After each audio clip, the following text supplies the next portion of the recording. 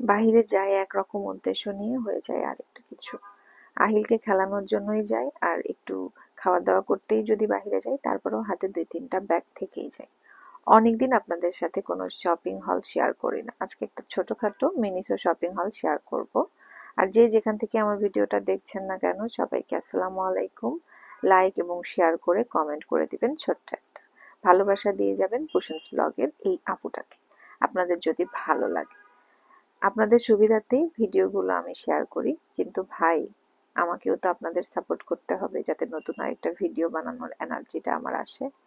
যাই হোক, অনেক কথা বলে ফেললাম। এখন আমি এই যে ছোট ছোট ডল কুশনগুলো দেখছিলাম, এটার একটা রিজন আছে। এটা আমি আরেকটা ভিডিওতে আপনাদের সাথে শেয়ার করব যে এইগুলো কেন দেখছিলাম আর কেন নিয়েছি বা কোনটা নিয়েছি। খুবই কিউট কিউট লাগে আমার মিনিসো আসলে এই কুশনগুলো।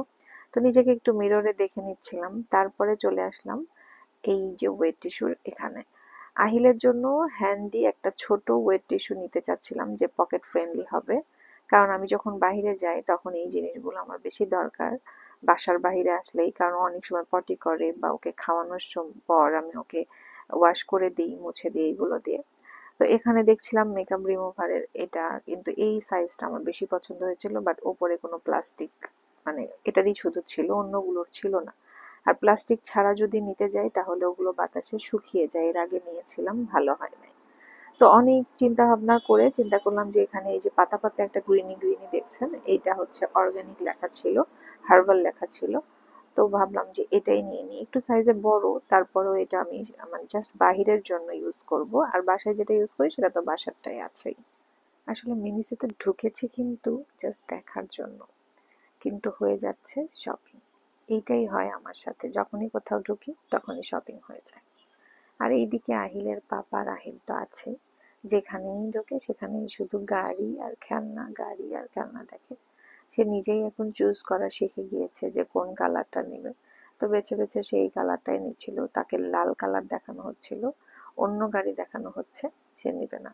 এখানে এই যে লেগো গুলো দেখে আমার খুব ভালো লেগে গিয়েছিল, তো পরে চিন্তা করলাম বাবু তো এটা খেলতে পারবে না। আর এই যে ট্রলি ব্যাগটা খুব সুন্দর লেগেছে আমার কাছে, আমি একটু ভেতরে ওপেন করে দেখলাম, বাট এটা অনেক বেশি ছোট স্পেস। প্রাইসটা মনে হয় 4,500 টাকার মতো ছিল, স্পেসটা দেখে ভালো লাগে নাই। আর এখানে হচ্ছে 50% অফার দিয়েছে এগুলো মেকআপ আইটেমের ওপর, তো সেটা আর দেখলাম না, ওখানে কোনো ভালো মেকআপ আইটেম আমি পাই নাই।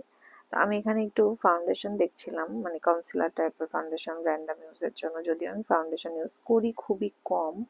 বাট এখন চিন্তা করলাম যে শীত আসছে, এখন ফেস পাউডার বা অন্য কোনো লুজ পাউডার দিলে মুখটা ক্র্যাকি করে, এই জন্য একটু ফাউন্ডেশন দেওয়া বেটার। তো পেলাম না কিছু, লিপস্টিক আর হচ্ছে একটা লিকুইড ব্লাশ কিনে নিলাম।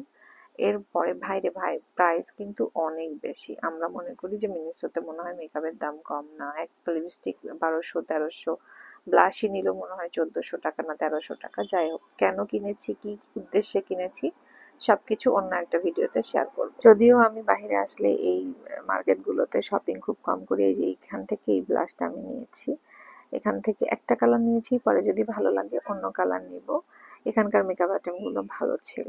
এরপরে দেখি আহিলের বাবা বিলিং কাউন্টারে চলে গিয়েছে, আর আহিল খুব দুষ্টুমি করছিল, ওকে একটু কোলে নিয়ে হাঁটাহাঁটি আমি করলাম, এবং সে এত ছোটাছুটি করছিল, তা বললাম যে চলো আমরা চলে যাই, ওই যে নিপা দাঁড়ায় আছে। তো সে শুধু বাহিরে যায় আর আসে, বাহিরে যায় আর আসে, এবং গাড়িটা নিয়েও সে চলে গেছে। পরে আমরা আরেকটা গাড়ি ওখান থেকে নিয়ে তার কোডটা নিয়ে আবার ওখানে রেখে দিলাম। তো এটা আমাদের কেনাকাটা শেষ। বললাম না যে বাইরে যায় এক উদ্দেশ্য, হয়ে যায় আরেক উদ্দেশ্য।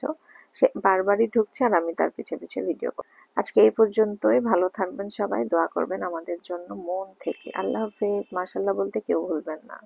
Thank you everyone.